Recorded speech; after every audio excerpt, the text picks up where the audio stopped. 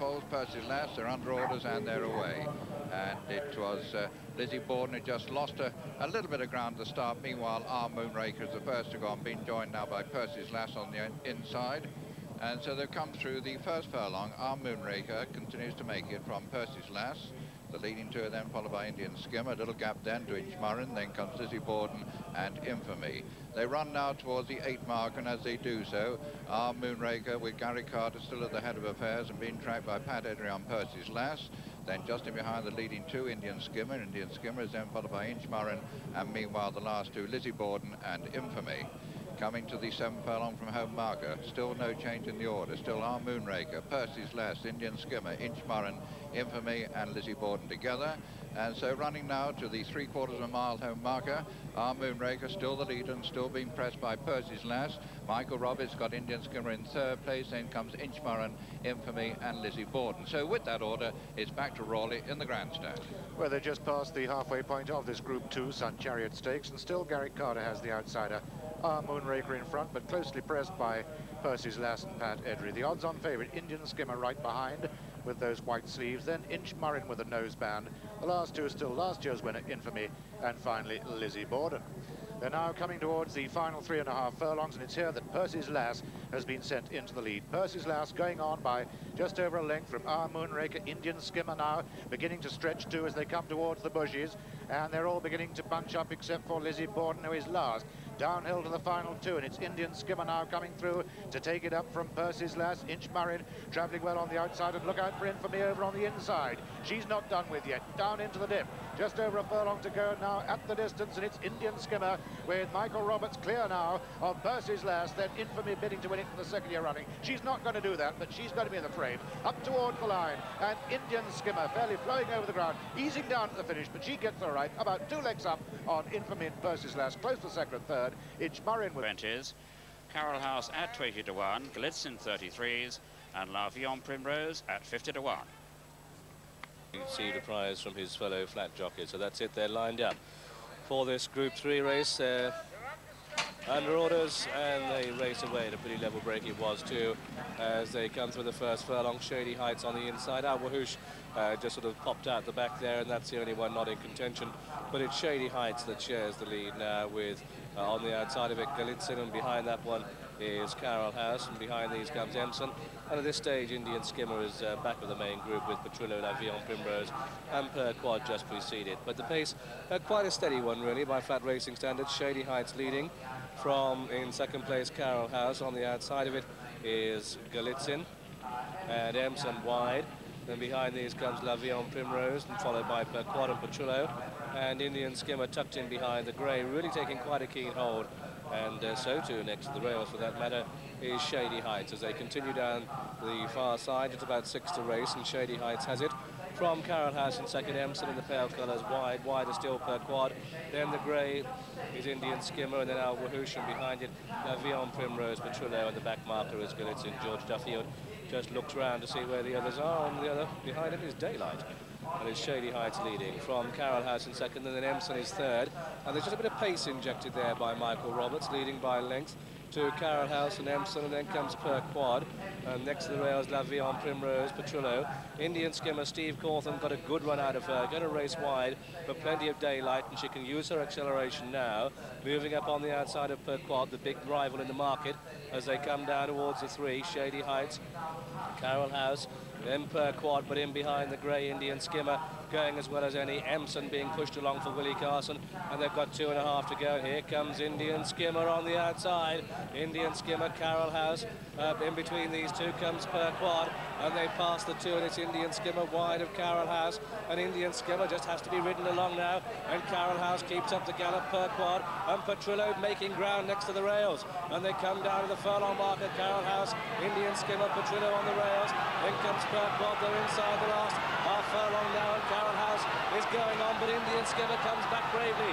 Indian Skimmer and Carroll House as they race up towards the line.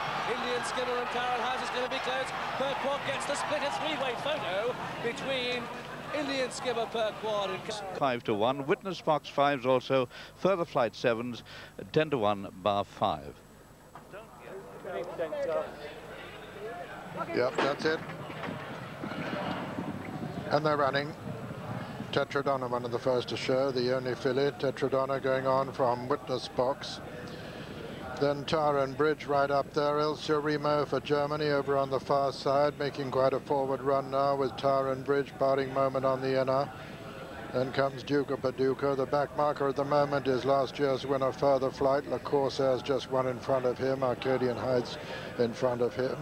And Tetradonna, the leader, from parting moment in second, and then witness box. El Remo's dropped back quite a bit now, as heading the next is Taran Bridge with Lucia Reverdi, and then El Remo. Then comes Landowner, with on the inside of Landowner Duca Paducah. Behind Duca Paducah, Arcadian Heights. Then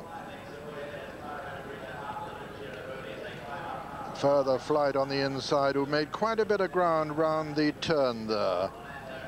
But Tetradonna, the filly, is still the leader from parting moment in second. Then comes witness box. Quite a little gap then to Leicester on Taran Bridge in fourth, with on his outside Lucia Reverti. Behind Lucia Reverti's Duca Paducah, and then El Remo for Germany. And Arcadian Heights now one of the back markers, and still the filly Tetradonna, the leader from parting moment, and then witness box. Lucia Reverti's now gone fourth, just ahead of Taran Bridge.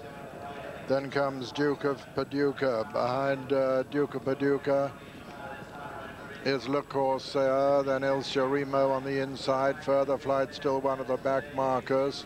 And towards the right of the picture, as we see them now, Tetradonna with the sheepskin noseband of parting moment just in behind. Witness box, a very close third. Then comes Landowner, who's moved into fourth now under Willie Carson, being pushed along there, scrubbed along by Leicester is Taran Bridge. He's got on his outside Lucia Reverti. Just in behind them come Le Corsair. Further Flight's making quite good progress now towards the outside, but Tetradonna still the leader from witness box. Tetradonna, witness box, and then parting moment, and then Landowner, and then comes Lucia Reverti running well towards the right of the picture, being chased by Duca Paducah. Tetradonna still, witness box, Landowner and Willie Carson. In third is Lucia Reverti. Losing ground is parting moment. Making ground now is Le Corsair, and witness box has gone to the front, but Landowner threatening him. It's witness box and Landowner. Witness box to the left under Steve Corth, and Landowner to the right under Willie Carson. Lucia Reverti coming there strongly still under Michael Roberts. Witness box to the left, in the center Landowner, on the right Lucia Reverti. Coming down to the furlong pole in the 92 Goodwood Cup, and witness box being taken, or is he, by Landowner, these two, and here comes Further Flight producing a tremendous run now. Witness box on the far side, Further Flight on the near side. It's Further Flight and witness box as they come to the line. Further Flight and witness box in a photo. It's a desperately close one. Landowner is third and Arcadian Heights was four. It's a desperately close photo. Up and at them now, 11-2 locks on, 7's Freddie Lloyd, and there they go.